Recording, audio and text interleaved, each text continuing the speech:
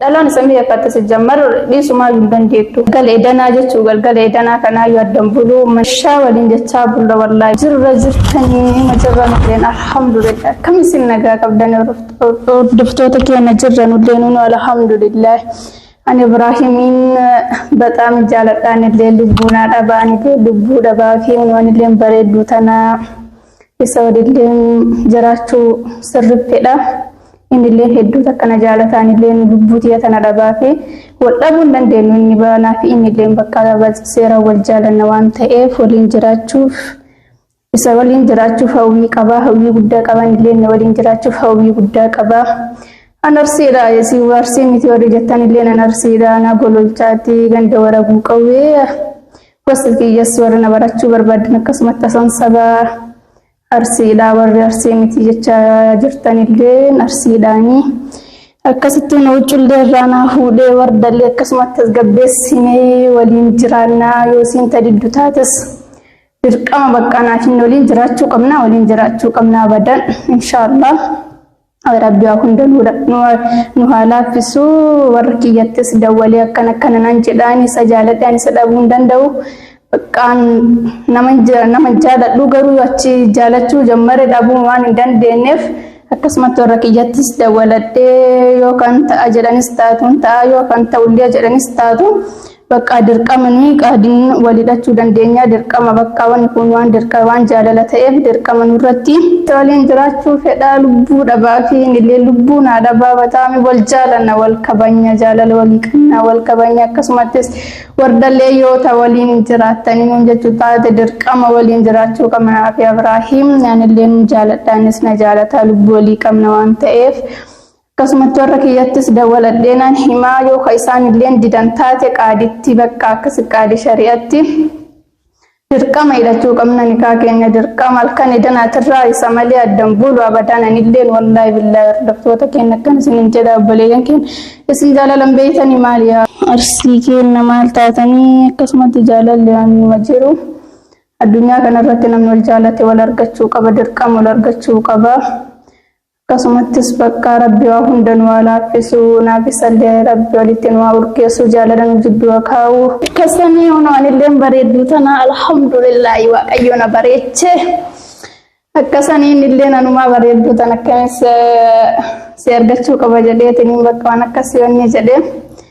anillee nama bareedisa osoo hin ta'in amala isaa baxaan natti tole wallaahi billaahi amalli isaa garuu qalbiman namatti tolu inaafaan qabu kaan hin qabu anillee inaafaan qabu kaan hin qabu akkasumatti walii galee sanumarra walii galee seera wal jaalanna wal kabanya naafini akkasiin jedha hordoftoota keenya waan hafellee Rabbiin waa laaffisu waa hunda Rabbiin waa laaffisu garuu naafini dirqama waliin jiraachuu dandeenya maaliif abdii Rabbiin jechuu inshaallah jenna Rabbiin waa laaffisu waa hundaayyuu akkasanii Ibrahimiin namni wajjin bulee isa dhabuu hin danda'u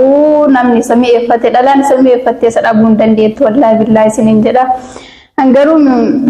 akkanumatti bakka isa kan akkanuma na jaalachisiisa takka nama jaalannee garuu isuma jaaladhee suma rabbaradhee jaalalas waan isaan jaaladheef bakka waan isa rabbaradheefis hunda waliin dabarsaa turre asiin durattis akkasumatti bakka nama isa dhabuu hin danda'u dhalaan samii eeffatte sijjammar dhiisumaa hin dandeettu wallaahi billaahi isiniin jedha dhiisuu hin dandeettu amma akkasuma osoo hin ta'in galgala edanaa jechuu galgala edanaa kanaa yoo addan buluu mana geelee xiyyaa takkaatu jiraachi fidee sirrillee qabdi kazzaan achi fidee shaa waliin jechaa bulla wallaahi billaahi isiniin jedha akkasitti faayi warri waliin jenna naaf inni bakka abada walumaan jiraanna inshaallah rabbi nuunaa fedhu. Kun wanilleen akkuma argitanitti bareedduu tana alhamdulillah Rabbiin bareeche amadallee nu kennee naaffallee nu kennee waan naaffa fi minaamin jedhamu Rabbiin irraa qabu yaa Rabbi Allah kaatumaan hin dandeettaa naaf Ibrahimiin umrii dheertuu waliin jiraachuu yaa Rabbi nuun fedhi kaa yaa Rabbi yaa Allah akkasiin jedha hordoftoota keenya isinillee bakka isin nama jaalattanii beeytanii maaliif akkana jettan akkana maaltu isin jechisiisame garuu nama jaaladheen beeku suma jaaladhee beeka eega takka jaaladhe immoo isa dhabuu hin danda'u abadan inshaallah naaf hin dolumaan jiraanna umrii dheertuu Rabbumaan umriin waa dheeressu malee akkasanii hordoftoota keenya isinillee du'aayi nu godha wardallee yoo wanni akka jettu taates Suutuma bakka ittimne tasgabbeessinee waliin jiraachuu dandeenya. Bakka isiin diddetti immoo jiraachuu dandeenya. Ni bakka yuttuma biyya kanaan dhabamne deemnee jiraachuu dandeenya. Akkamitti osoo hin ta'in akkasumatti namni wal jaalatee abdii walirraa qabu, jaalala walii qabu, kabajaa walii qabu bakka yuttuu yoo deeme walii galee walii galteen jiraachuu danda'anii walii galan malee alaan galanii jedhe muuziqichi akkasanii bakka naafinne wal dhabuu waan hin dandeenyeef bakka qaaditti illee taatu ni kaama godhanna naafinni wallaahi billaa waa wal dhiibsu nun taane rabbummaan kan wala fisumee waa hundaayyuu Ibraahim dhalaan samee effatemu sadiisun dandeettu wallaahi Ibraahim dhalaan isaa argite dhiisuun dandeettu sijjammar wallaahi billaahi sinin jedha illee akkasumatti ammarraana qabee jira kazaan bakka arra galgala irraa kubaa kiyyaan bulu wallaahi anilleen garaa isaaf laafa anilleen garaaf naaf laafa walii gallee jirrare akkasumatti bakka rabbummaan nu alaafisu waa hundaayyuu waa rabbi Allah akkasumatti bakka wardallee walii gallaa wardalleen hinaaffama guddeetti malee waan biraati mitan garuu isii wajjilleen jiraachuu ma danda'a wardaa wajjilleen jiraachuu ma danda'a maaliif waan hinaaffaa dhiisudha